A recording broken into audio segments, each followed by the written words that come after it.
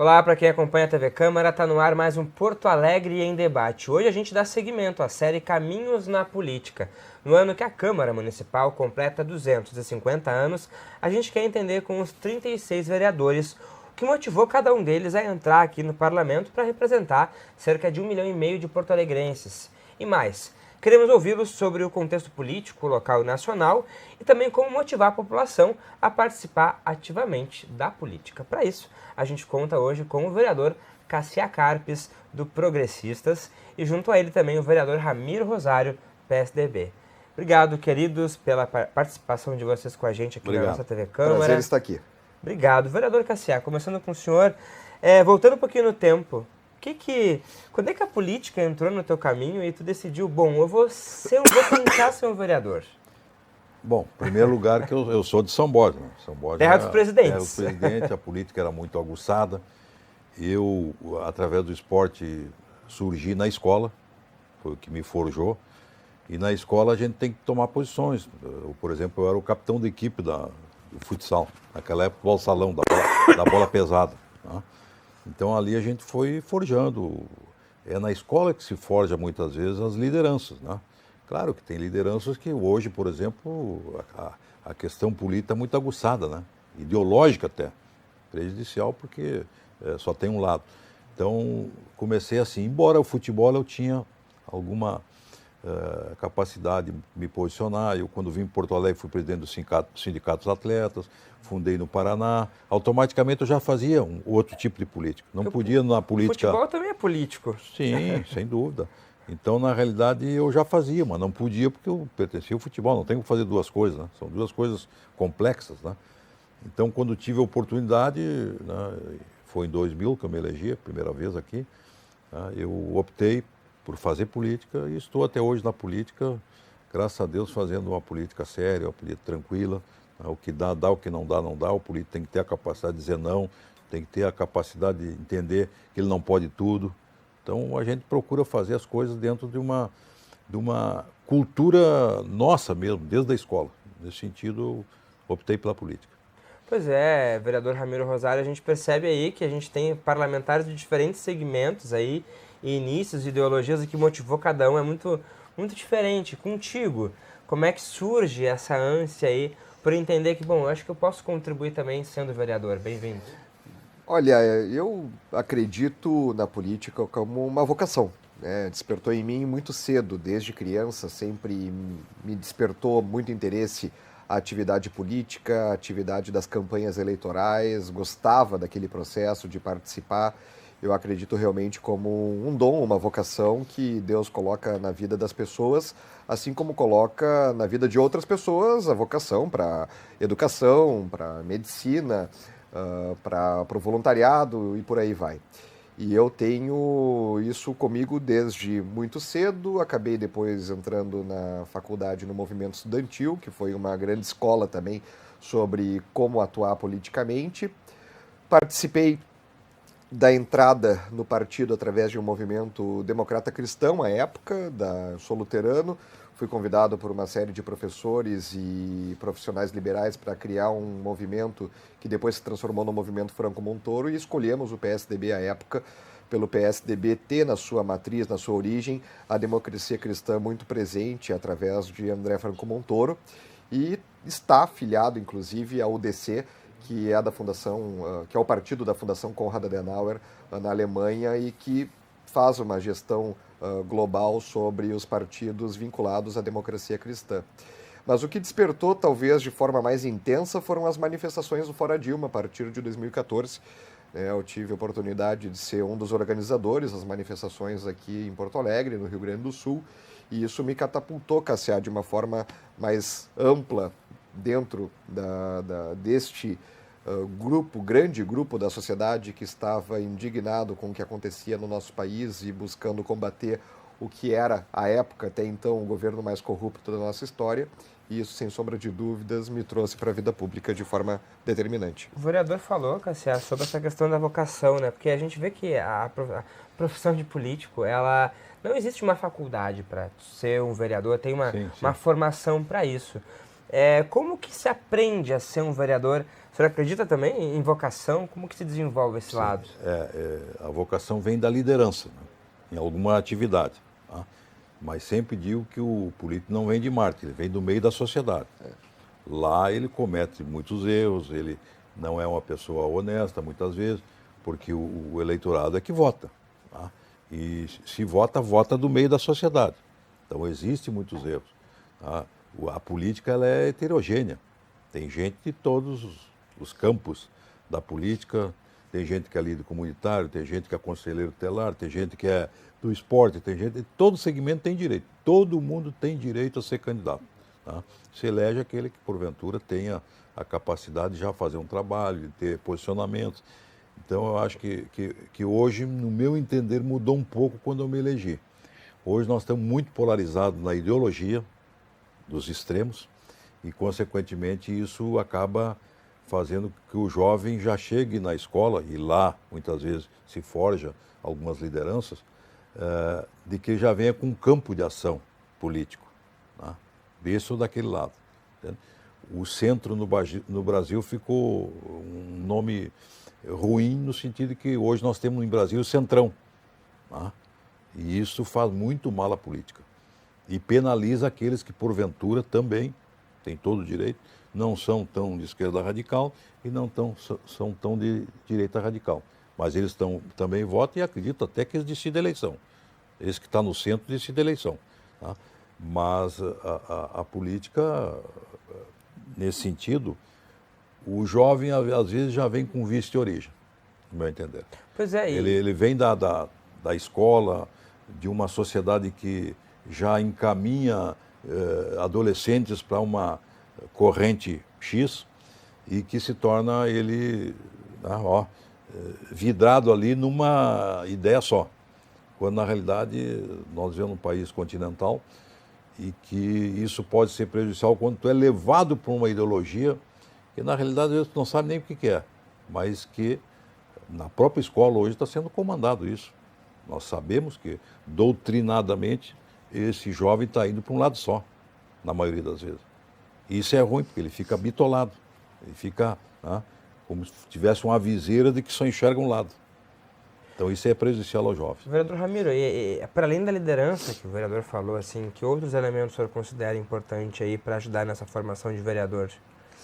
Porque, na verdade, o vereador não é um político, não é uma profissão. Eu não vejo dessa forma, né? Embora alguém possa dizer, bom, Ramiro, mas tu tá na política já há 10 anos, né? Enfim, eu tive a oportunidade, antes de entrar na política, trabalhar apenas no escritório de advocacia. Mas eu não considero profissão. Eu acho que realmente é uma vocação, uma forma que as pessoas têm de contribuir para a sociedade, tanto é que ela não é permanente. E nós passamos, Cássia, bem da verdade, nos cargos eletivos, eu brinco, por um concurso público a cada 4 anos, né? Um concurso público de voto, né? Que as pessoas participam e querem escolher os seus representantes. O grande vestibular é os votos. Exatamente. A eleição. Né? É um concurso público, a eleição. E não tem estabilidade, né? A cada 4 anos se renova. É bom dizer que vereador não tem aposentadoria. Tem gente que pensa que ter. Vereador vitalícia. Não tem aposentadoria. Não tem. Não tem aposentadoria. Então é um cargo transitório, não é uma profissão. Tivemos grandes vereadores que ficaram até 7, 8 mandatos, né? Eu acho que o Nedel ficou 7 mandatos. Pedro, o Pujol. O Pujol também. Né? Então é uma vida inteira, na verdade, na vereança, mas sempre se renovando a cada 4 anos e porque a sociedade seguia acreditando que eles eram bons representantes. E não vejo como ter uma escola, uma formação, na verdade, não falo escola aqui de instituição, mas de formato de preparação de vereadores. Isso não existe. Né? As pessoas vão escolher de acordo difícil, com aquele recorte daquele momento que a sociedade está passando. Né? Eu, por exemplo, em 2016, estava no auge das manifestações do Fora Dilma e as pessoas identificaram, bom, o Ramiro se posiciona à direita no espectro político, no combate à corrupção, contra o governo Dilma, contra o PT, me representa naquele momento. Né? E eu tenho conseguido manter isso também ao longo dos anos e aí já expandindo um pouco o leque, tive a oportunidade de ser secretário, enfim, por aí vai. Eu acho que é muito aquele recorte daquele momento que isso vai acabar representando, né? As próximas eleições, certamente, nós teremos um novo recorte, acredito eu, cada vez mais polarizado.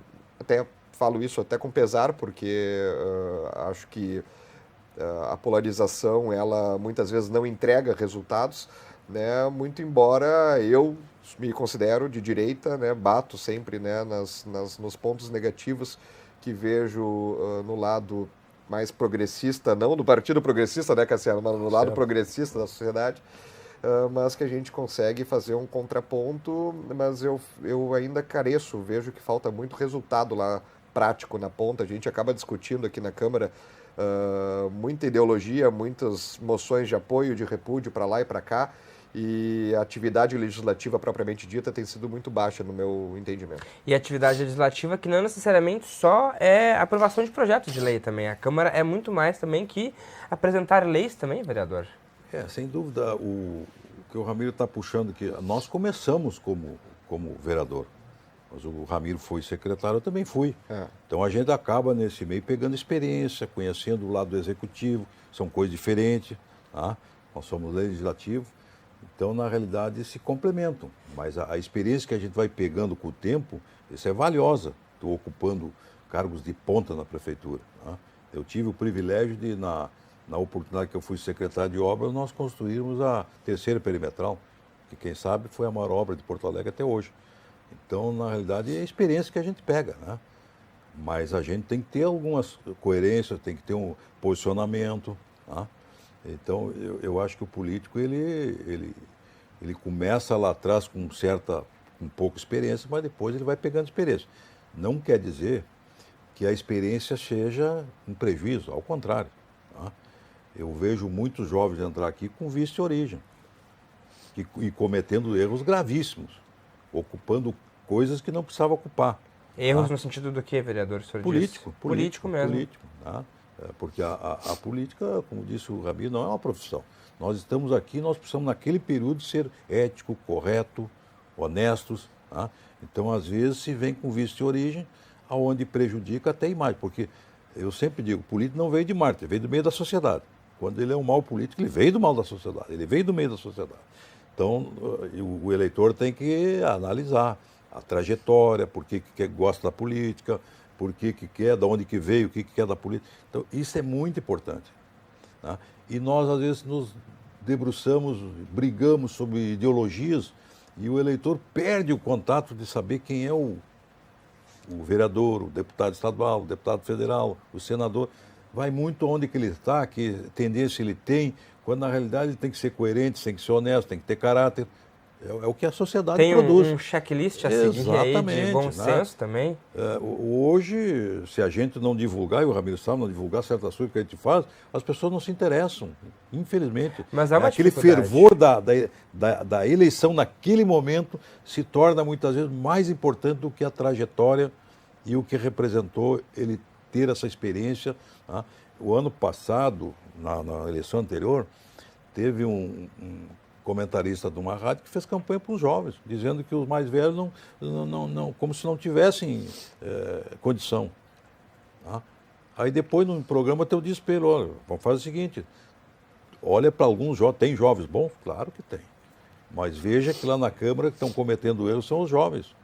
É os que mais usam a gasolina da Câmara, é o que mais usa as diárias da Câmara. Então, peraí, mas isso é novidade? Isso é começar uma boa... Não, tem que dar exemplo. Então a gente tem que ter muito cuidado. Nós, e o Ramiro sabe, nós somos dono do nosso gabinete. Se nós errar, é nós que erramos. Por que eu não gosto, eu tenho certeza, não sei o Ramiro, eu não gosto do executivo. O executivo é como se eu estivesse lá e chegasse um partido político e dissesse, ó, esse aqui é o nosso secretário. Eu estou na política e conheço quase todo mundo, mas esse aí eu não aceito, Ramiro. Aí ele me apresenta outro, esse aqui também não aceito, não tem nada a ver com essa atividade. Então a política tem algumas distorções que se acaba colocando gente em algumas atividades. Não é tu entender tudo, tu vai aprender, mas tu tem que ter caráter, tu tem que ter idoneidade, tu tem que gostar daquilo. Tu acaba aprendendo ali, por exemplo, o secretário o que eu tinha que ver com o secretário? Nada. Eu já estava até para desistir. Aí chegou um grupo de funcionários da Esmov, naquela época a Esmov era muito potente, até a iluminação era com a Esmov, tá? E eles vereador, pegue que nós vamos lhe ajudar. Eu acabei aprendendo, Ramiro, com os funcionários. Com os funcionários. Aquilo que eu não sabia, eu aprendi. Agora, a gente tem que ter interesse de conhecer, de aperfeiçoar, de melhorar. Pois é, né? vereador. Quando, na realidade, muitas vezes a pessoa acha, eu estou na política, agora já estou aqui, não vou fazer mais nada. Não, tem que a fazer gente mais tem que estar esforço. sempre amadurecendo. Muito pelo contrário, até porque Exatamente. a Porque população cobrança também cobra é grande. cada vez mais. Exatamente. Valeu para ti essa experiência no Executivo, vereador? Ah, foi extraordinária. Eu gostei muito, Cassiano, né, do Executivo, e acho que o Executivo nos dá condições de entregar resultados mais concretos. Foi secretário de qual secretaria? Serviços Urbanos, uma Serviços secretaria Urbanos. nova que não existia. Que praticamente Dentro- substitui a Esmove. Ela hoje, não digo que ela tenha aquela potência, mas ela é uma secretaria de ponta hoje. Na verdade, Cassiano, quando fui secretário de Serviços Urbanos, não tinha a DCVU, né? Ah, é verdade. não que era. a conservação Nós das vias. Nós pegamos apenas o Demeliu, apenas.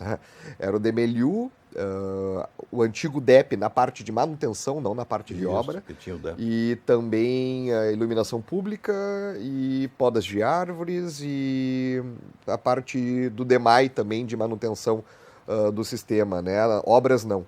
Então ficou uma divisão, era um início, na verdade, porque era uma secretaria que não existia, então que partia do princípio de englobar todos os serviços de zeladoria sob o mesmo guarda-chuva, sob uma mesma visão de cidade.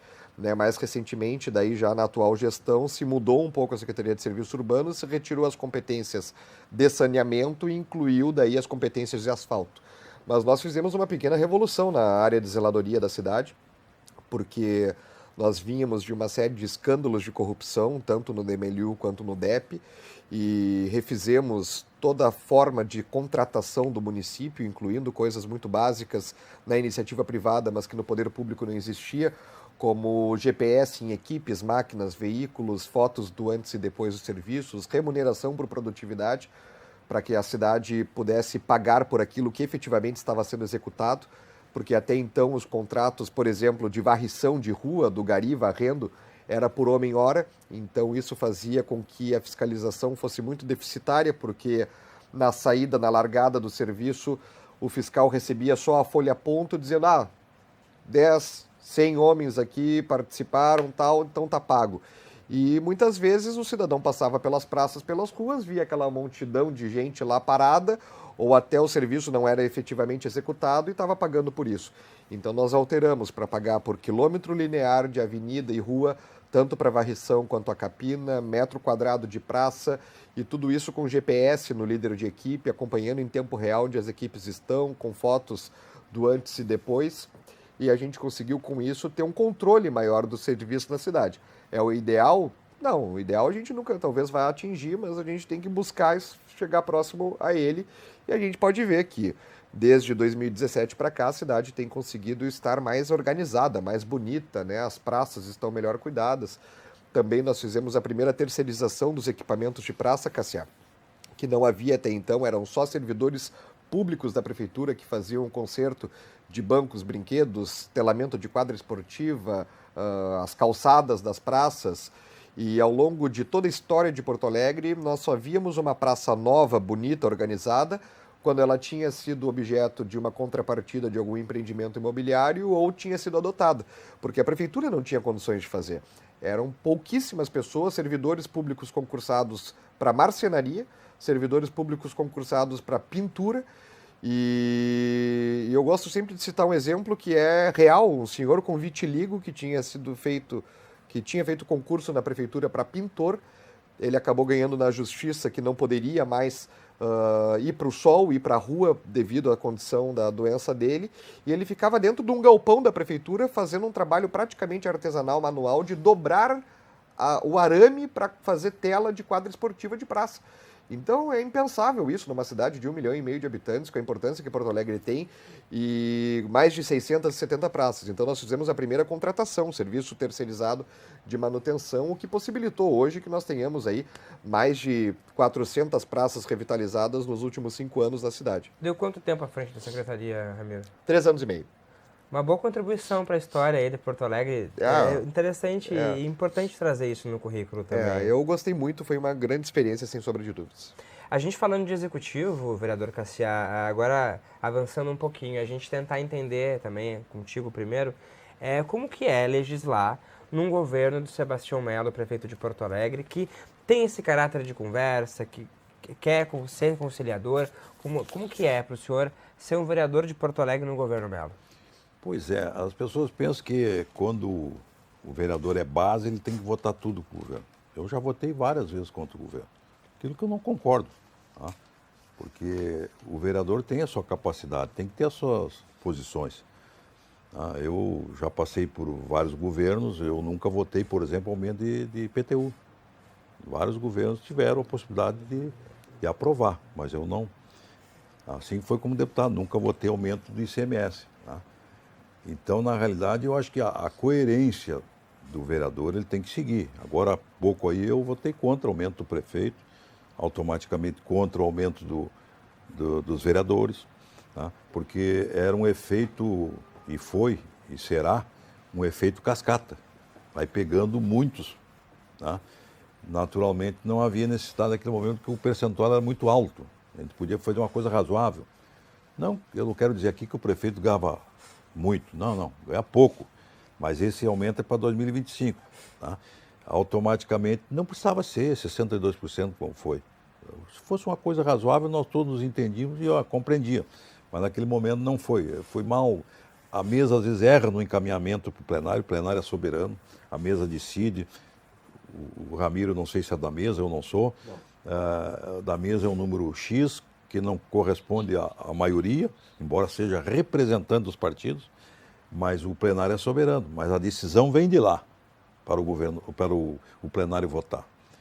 Então, às vezes, por exemplo, saía na imprensa de que os vereadores decidiram isso. Não, quem decidiu foi a mesa diretora.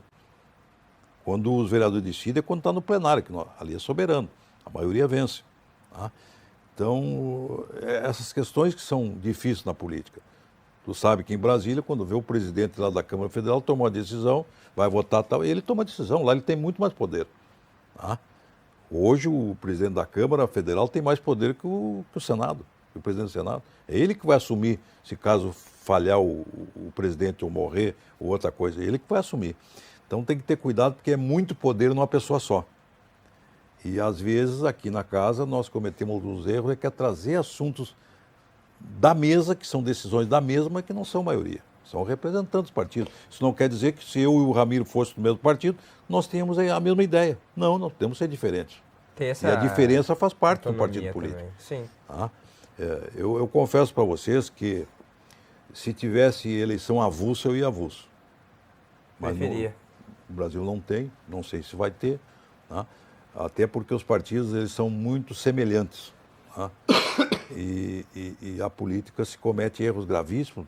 Por exemplo, a dicotomia que nós estamos hoje aí. A oposição em Brasília não é mais oposição, já está com o governo. Se elegeu com o Bolsonaro e muitos deles já estão com o governo Lula, por causa das emendas parlamentares. Então, esse é o problema da política. Então, por isso que eu digo, quando o jovem já chega, ele já vê tudo isso, ele chega com vício de origem. Que até já tem dificuldade de votar, inclusive hoje conversava com um colega de trabalho e ele dizia, eu estou 4 anos sem votar, não tem vontade de votar. E aí? Como conversar e mostrar para essa pessoa? Assim é a pessoa que tem mais de 70 anos. Ele vota se ele quiser. E tem gente que não vota porque vê esse amaranhado de confusões, e de corrupções, muitas vezes, de conchavo, de conluio. Tá? Então, isso que nós temos que analisar. O exemplo que vem lá de Brasília é muito ruim para os municípios. Vereador, o senhor também teve a oportunidade, como vereador Cassiá também, de passar por 2 governos, Marquesan também, agora Melo. Como é que é para o senhor legislar nesse governo atual? Olha, muito tranquilo. A maior parte dos projetos do governo Melo eu voto de acordo, e não porque eu sou da base do governo, eu pelo menos até me coloco como independente, mas eu vejo que o Melo tem encaminhado muitas propostas reformistas que já estavam sendo encaminhadas também pelo Marquesan, né? Então tudo que for para o bem da cidade, na parte de diminuir o inchaço da máquina pública, de retirar privilégios, de tirar a burocracia existente para abertura de empresas, para que as pessoas possam aqui se instalar e empreender, vai ter meu apoio. Né? Não voto também, assim como o Cassiá, em tudo. Né? Há coisas que eu já votei contra o que foi encaminhado pela prefeitura, mas muito com base realmente em manter ali os princípios e aquilo que nos trouxe até aqui. Acho que o Marquesan foi muito importante para a cidade, porque ele fez o pé na porta, realmente, literalmente, né? Acabou comprando muitas brigas, acabou se indispondo com a classe política e também com determinados setores da sociedade, mas foi muito importante porque Porto Alegre precisava ter uma boa sacudida na sua máquina pública para poder fazer as reformas profundas que precisava, colocar as contas em dia. Era uma cidade que há 20 anos fechava no vermelho, né? E que conseguiu, através da sua estabilidade fiscal, evoluir. Né, retomar sua capacidade de crédito, de financiamento. Em 2016, Porto Alegre teve a sua nota rebaixada, ela estava proibida de contrair novos empréstimos internacionais. Então, por exemplo, esse empréstimo agora que foi anunciado pelo Melo, de quase R$ 1 bilhão da Agência Francesa de Desenvolvimento para obras de infraestrutura na Orla, Centro Histórico e Quarto Distrito, não seria possível se nós não tivéssemos colocado as contas em dia, né? E isso, obviamente, é talvez muito distante para o cidadão, as pessoas não compreendam isso, mas é importante, né? Os remédios amargos que foram tomados têm o resultado mais cedo ou mais tarde. E o Melo vem com o mesmo perfil de manter esses avanços que o Marquesan contribuiu para a cidade, com a Câmara também à época, mas, evidentemente, com um foco mais de construção, de chamar as pessoas para estar junto, de participar desse debate, de ter lá na ponta, né, um elo maior com as comunidades, com a sociedade, o que é importante também. Né? Eu acho que são dois estilos diferentes de se fazer política, mas os resultados se complementam. Com esses conflitos que o vereador Cassiá trouxe lá de Brasília e essas mudanças políticas, como é que o senhor imagina que isso vai impactar aqui no ano que vem nas eleições? Mudar essa configuração até do parlamento e da própria prefeitura, o que o senhor espera aí que aconteça? Eu acho que a tendência é que nós tenhamos uma parcela do debate político no ano que vem nacionalizada. Não tem como fugir disso, embora eleições municipais tendam sempre a ter o aspecto do município, da cidade, como disse o Cassiá, muito presentes. É o líder comunitário, é o que aquela pessoa já entregou dentro da realidade da cidade através do seu trabalho. Né? Não dá para pensar também que nós vamos ter muitas pessoas caindo de paraquedas somente pela pauta nacional. Não vejo dessa forma. Eu mesmo, repito aqui, eu vim parar aqui, vim a ser eleito muito devido a uma posição ideológica muito clara. Porém, eu já tinha um trabalho também comunitário, já tinha um trabalho de ter sido subprefeito da cidade, lá da região Eixo Baltazar. Então, é muito difícil simplesmente a pessoa, apenas com uma pauta nacional, acabar se elegendo vereador. Mas uma coisa complementa a outra. Eu acho que nós teremos sim uma eleição muito nacionalizada, com uma polarização bem forte. O caminho é esse, vereador Cassiá, também, o senhor acha? Eu acho que vai ter, concordo com o Ramiro.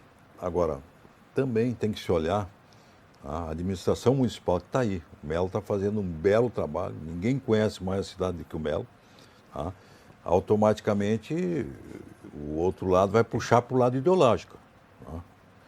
Porque se for falar em administração, como disse o Ramiro, nós tínhamos divergência com o Marquesan, mas nós sempre admitimos que ele foi um bom governante. Tá? Como disse o Ramiro, às vezes ele se atrapalhou aqui ou acolá, mas não foi um governo corrupto, ao contrário, foi um governo que sempre foi meu parceiro, meu colega na Assembleia, sempre com posições firmes, fortes. Né? Às vezes exagerou, como disse o Ramiro, se atrapalhou em algum segmento da sociedade, mas deixou, sem dúvida, um caminho traçado para o Melo. O Melo conhece muito bem a cidade, está fazendo um belo trabalho, mas aí o Ramiro tem razão. Quando for para a polarização da ideologia e buscando o lado nacional, pode polarizar a eleição. Caso contrário, o Melo tem muito mais corrida, tem muito mais experiência, tem muito mais serviço na cidade, mas a eleição não é assim, nem sempre ganha o melhor. Isso é igual a jogo de futebol, nem sempre ganha o melhor. Às vezes um detalhe acaba atrapalhando a eleição e é muito mais fácil, às vezes nas periferias e como nós falamos aqui, às vezes as pessoas custam acompanhar a política no dia a dia. E no decorrer dos anos, no decorrer realmente, dos 4 anos de um governante Exato. como o Melo, que já vem com experiência. Mas eu acredito que é um forte candidato. Agora, a gente tem que também dizer ao cidadão de que o Melo não fez sozinho. A Câmara foi muito importante. A maioria dos projetos que estão aí na cidade, Orla, etc., 4º Distrito, tudo passou, Ramiro, por aqui. Nós demos guarida ao presidente, ao prefeito. Nós ajudamos o prefeito. Então, nós somos também co-participante dessas virtudes também. Tenho certeza que aqui, vamos dizer que mais de 90% dos projetos nós votamos a favor. Ramiro, com as posições dele, o Cassé, às vezes a gente bota até emenda para corrigir os projetos.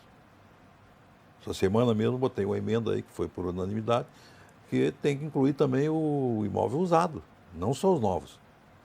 Então, essa é a colaboração com o vereador. Quando vê o projeto não é dele, mas ele pode. Às vezes a gente quer, e aqui acontece muitos problemas na casa, a gente quer ultrapassar os limites das prerrogativas do vereador.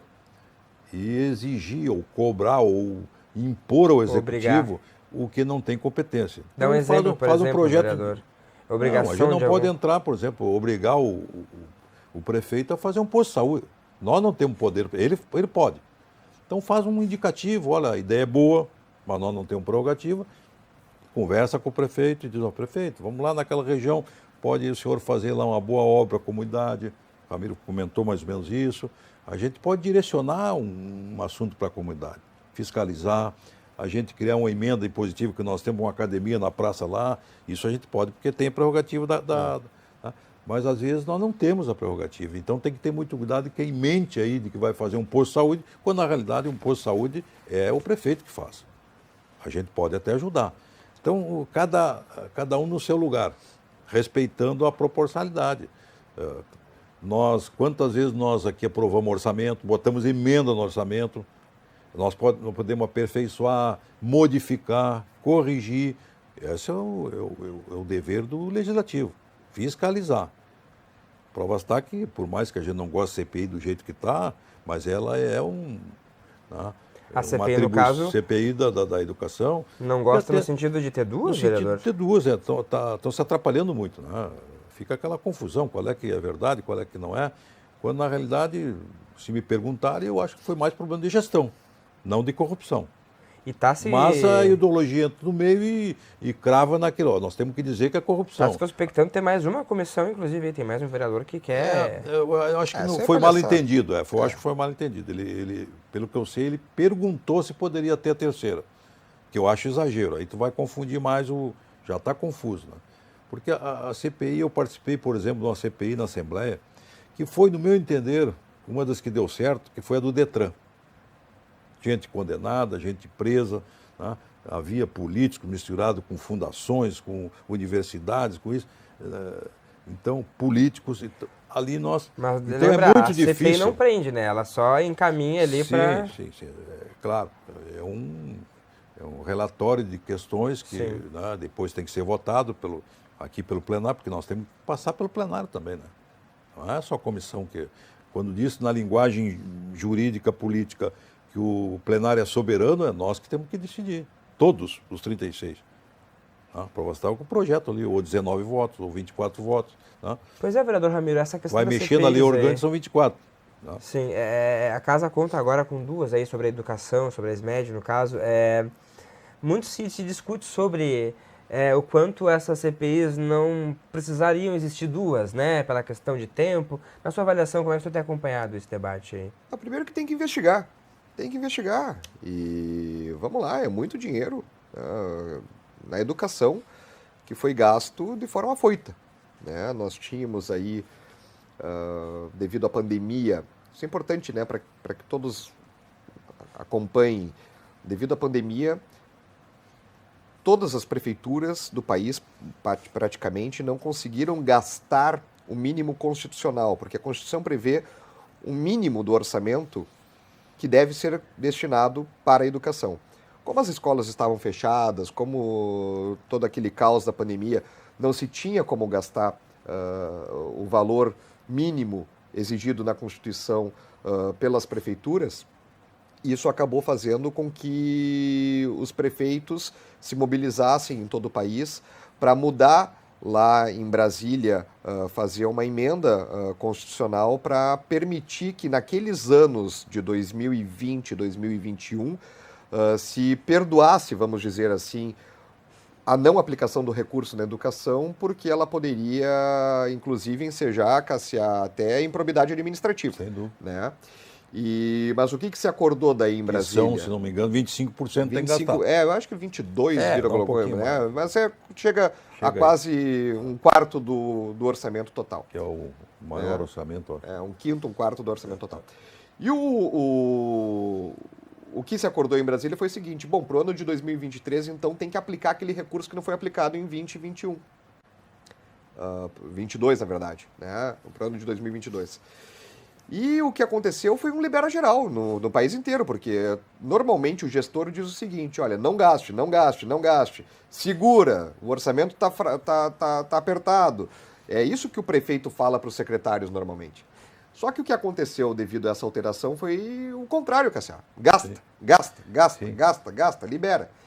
Eu acho que o que aconteceu aqui em Porto Alegre foi isso, né? O CPI vai investigar, as duas CPIs vão investigar. Deve ter vindo aquela ordem: vocês precisam gastar isso com rapidez. Não conseguiram, por incompetência, talvez, de gestão, gastar dentro do ano. E aí, no final do ano, estava lá, entre Natal e Ano Novo, viram que não tinham gasto tudo e, para não ter aplicação da lei, disseram: gasta isso da forma que der. E aí acabaram contratando empresas, aderindo à ata de registro de preço, Cassiano, né? E contratando uma série de coisas que talvez não precisasse contratar. Eu acho que é esse que é o foco, né?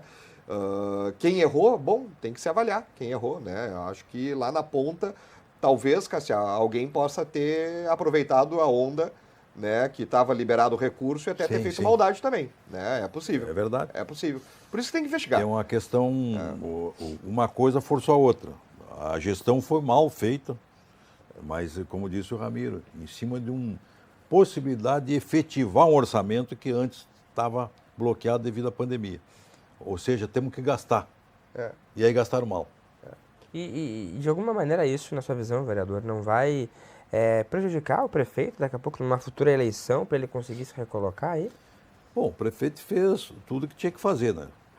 Tirou a secretária, tirou também o administrativo, está agora com um secretário bem diferente, outro perfil, um homem de gestão. Gente muito boa ele. Muito boa, de gestão, sabe fazer gestão. Então é aquela história que a gente sabe. Se tu não conhece a gestão, não pode se meter na gestão. Uma coisa é tu comandar, tá? Outra coisa é tu se meter. Mas aí vai aparecer com o tempo quem errou na questão da gestão. Se foi a secretária ou foi o administrativo. Quem é que tomou essa decisão? É muito bom tu ter livro, ter tudo, mas como disse o Ramiro, é que o desespero ali que ter que gastar, tu acabou fazendo uma má gestão. Então, eu sou a mesma ideia do Ramiro. Eu não quis participar da CPI porque é o seguinte, a CPI vira essa confusão. Eu acho que, inclusive numa das reuniões, Ramiro, não sei se tu estava, eu pedi naquela oportunidade, logo que surgiu esse problema, eu pedi que tirasse a secretária da Educação. Porque demorou um pouco, dali uns 15 dias foram tirar. Porque aquela história, sempre que se diz que alguém fez uma má gestão, ou isso e aquilo, tu tem que afastar essa pessoa, botar alguém de confiança do próprio governo e começar a analisar. O que houve? É gestão? É isso? Foi desvio? Tá? Então, eu acho que ali... E hoje nós temos um secretário com uma larga experiência, tá? Que é gestor e que, sem dúvida, já está fazendo uma boa gestão.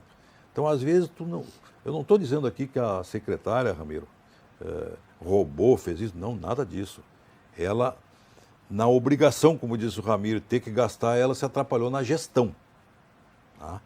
E isso atrapalha o governo, a tua pergunta é boa, Tá? Vamos ver como é que a CPI vai, né? Vão ouvir as pessoas, vão ouvir a própria, acredito, a própria ex-secretária vai ter que ser Também ouvida, ser como é que ouvida. aconteceu isso. Interessante isso que o senhor fala sobre isso, daqui a pouco do secretário não saber muito bem ali, o senhor também que teve nesse papel de secretário, porque o prefeito não tem como ter o controle sobre tudo, justamente por isso que consegue, coloca secretários, né?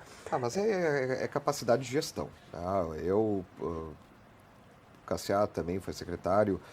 A primeira coisa que eu fiz quando cheguei na Secretaria de Serviços Urbanos foi dizer o seguinte: quais são os contratos que nós temos aqui, que são aqueles contratos que não podem paralisar de forma nenhuma, né?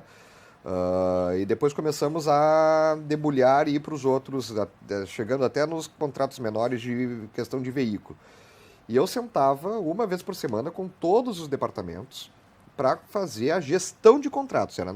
Nós implementamos uma rotina de gestão de contratos na Secretaria de Serviços Urbanos, no DMLU, no DEMAI e no DEP, para que justamente nós não tivéssemos ali nenhum problema na parte de renovação dos contratos ou de abrir uma nova licitação e por aí vai. Porque nós já sabemos que para fazer um processo licitatório dentro da Prefeitura de Porto Alegre demora 10 meses. Se a gente já sabe disso, bom, iniciou um contrato agora, nós já temos que 2 meses depois começar a preparação para renovar ele ou fazer um novo. É fato, né? Nós não vamos conseguir fazer uma contratação sem qualquer tipo de dispensa num curto prazo. Então, isso a pessoa tem que saber quando senta na cadeira de secretário, né? Ela vai ter que iniciar o processo já antecipando a lentidão da própria burocracia da máquina pública. E me parece que foi isso que faltou para a ex-secretária da Educação. Ela não tinha essa visão, não tinha essa noção, deixou tudo para depois e aí, lá em dezembro, teve que fazer o que fez. Teve que fazer? Bom, não sei, né? Aí as duas CPIs vão investigar e eu também não faço parte delas, Cassiá não quis fazer, não assinei nenhuma delas, né? Acho que a investigação na casa ela acaba tendo um componente político muito grande, né? Nós estamos véspera de eleição. Véspera de eleição, enfim, né? Mas acho que acabam querendo demonizar também alguns atores aí desse processo, né? Se tem alguém que está fazendo um papel correto de investigação, me parece a vereadora Mari Pimentel. Ela não é vilã nesse processo, eu acho que ela fez o certo, foi atrás, investigou, apontou os erros, né? E que bom que fez dessa forma. Claro que muita gente acaba entrando daí na onda política, né? Querendo ali, o pessoal, o PT, PCdoB, acabam querendo só botar... Pega uma carona, né? Botar a lenha na fogueira. Mas, enfim, ela fez o que ela julgou certo nesse momento. Acho que ela está na sua razão dentro do seu mandato, até pela sua pauta da educação ser muito próxima ao mandato dela.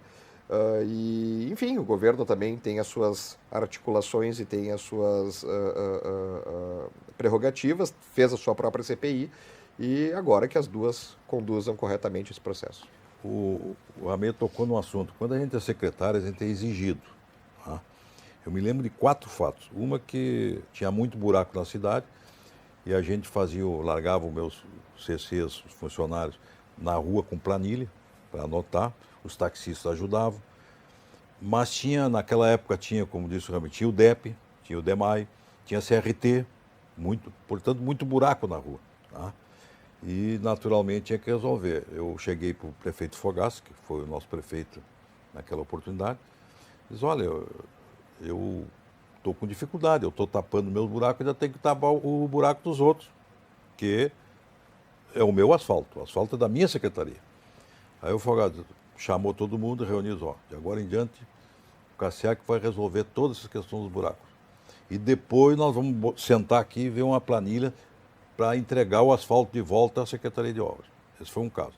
Outro caso, naquela oportunidade a SMOV tinha a DIP, Divisão de Iluminação Pública. Hoje foi terceirizado. E era o único departamento que eu não tinha visitado. O resto todo já tinha, estava tudo sob controle. Chegando lá, tá? Fui lá para saber como é que eram, não sei se ainda 4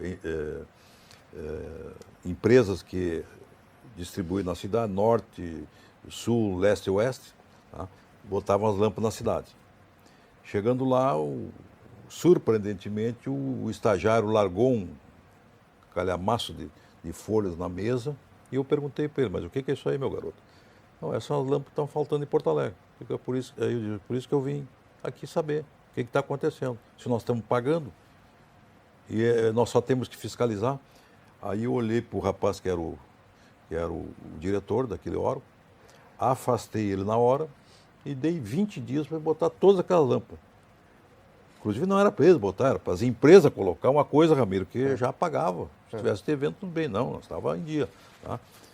A outra vez eu fui na SPM, que era vinculada a mim, tinha lá o diretor. Digo, hoje liguei para ele, digo, 5 horas eu estou aí. Tá? Chegando às 5 horas, desligou o ar-condicionado. Tinha o costume ali de desligar, aqui na Borges.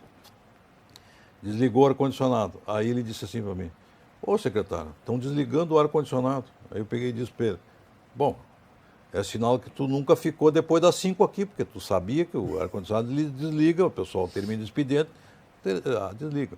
Então são coisas que o secretário às vezes tem que estar meio ligado em tudo. Tá? É a capacidade para de gestão, comandar. realmente, Exatamente. Então, essas coisas que acontecem, o secretário, às vezes, Ramiro, ele tem que ser dinâmico. Tá? O secretário que não tem autoridade, eu tenho certeza, conhecendo o Ramiro e o meu perfil é mais ou menos semelhante, nós jamais iríamos na secretaria se nós não tivéssemos autonomia.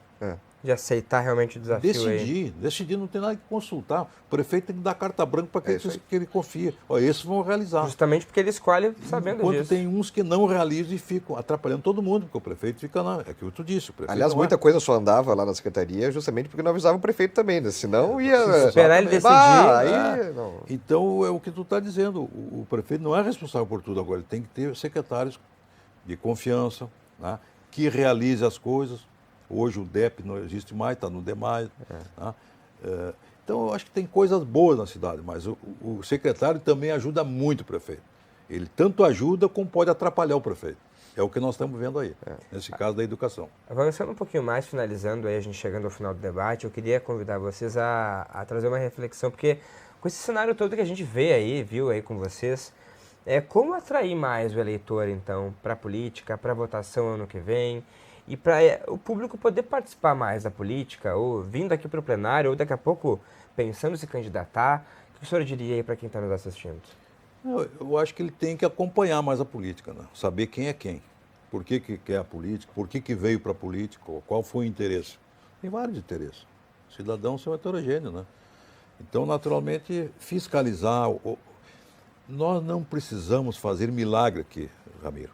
Nós precisamos ser ético, correto, fazer. Não é a quantidade de projetos que qualificam o vereador.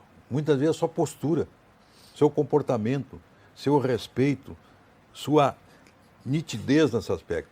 No Brasil, nós aprovamos, às vezes, de 5 a 10 projetos por dia, e tem um detalhe: na ordem ele é feito aqui na Câmara, votado, vai para o presidente, que manda para o prefeito e esse sanciona, mas tem um detalhe muito importante depois, Ramiro: ele tem que ser regularizado.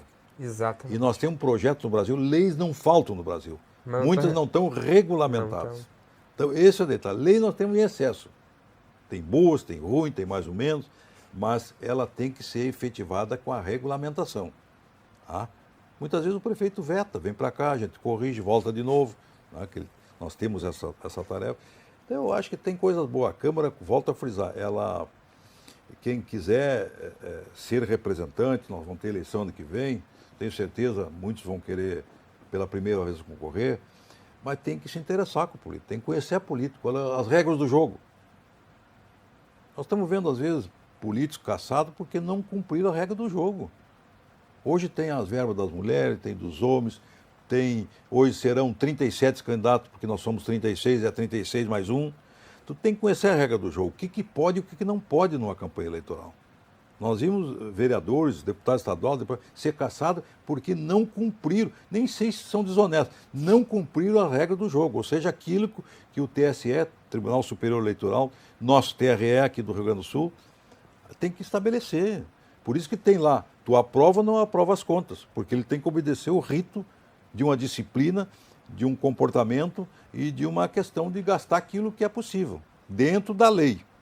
O que não está dentro da lei, é perigoso para ser cassado o vereador. Eu já vi muitos políticos serem cassados por falta de gestão, como nós estamos falando aqui, numa bobagem, mas a bobagem que não está no regulamento se torna um problema sério para ele. Eu acho que não basta só ser político, não basta só querer concorrer. Tem que entender um pouco, tem que se interessar, tem que, né, pesquisar, tem que saber. Tem gente que perguntar, quantos vereadores são em Porto Alegre? Não sei. São 36. Quantos deputados no Rio Grande do Sul? Não sei. São 55. Que começa até pelo... Então tu não sabe as regras do jogo, como é que vai ser? O parlamento, muitas Sim, vezes, o são legislativo. 503 deputados federais, É isso 81 senadores, assim vai. Tu tem que saber algumas coisas. Eu sempre, quando eu contrato um funcionário, eu pergunto para ele, tu sabe quanto é isso, quanto é aquilo, como é que funciona isso, como é que funciona... Tu tem que dar uma noção, mais ou menos, para a pessoa. Ele não pode estar nos ajudando aqui sem conhecer nada da política. O que pode, o que não pode. Tá? O político, muitas vezes, se atrapalha quando ele pensa que pode tudo. O político não pode tudo. Ele está dentro também no regramento. Então, eu acho que essas coisas, a primeira coisa que tem que aprender. Se não, caso contrário, ele vai começar tudo errado. Ele acha, eu vou lá para a Câmara, eu posso fazer tudo.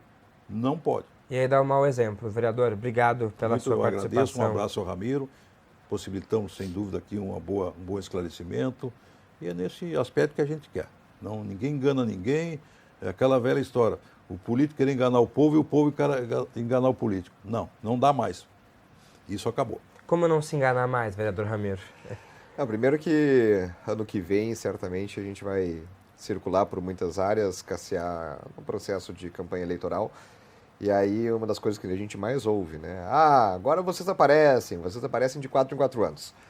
E eu costumo responder, bom, mas o pior mesmo é o eleitor que aparece de 4 em 4 anos. Porque o eleitor não pode sumir durante os 4 anos, deixar o seu representante isolado dentro dos palácios, como eu costumo brincar também. Porque se ele não participa do mandato do seu representante, se ele não acompanha nas redes sociais, se ele não cobra, se ele não sabe como é que está acontecendo as votações do representante, ele também participa desse processo de esvaziamento e de distanciamento da sociedade com os seus políticos.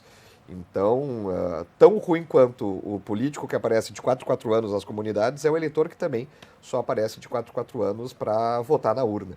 E eu espero que a gente tenha um amadurecimento cada vez maior e as pessoas participem da vida política, também cobrando seus representantes, estando próximo, fiscalizando, porque senão não tem solução. Obrigado, vereador Ramiro. Obrigado. Obrigado a você que nos acompanhou. Não esqueça que este e outros programas da TV Câmara você acompanha por meio das redes sociais. E mais informações sobre o Legislativo, você confere lá o perfil dos vereadores no site da Câmara de Vereadores de Porto Alegre. A gente se vê na próxima edição. Tchau, tchau.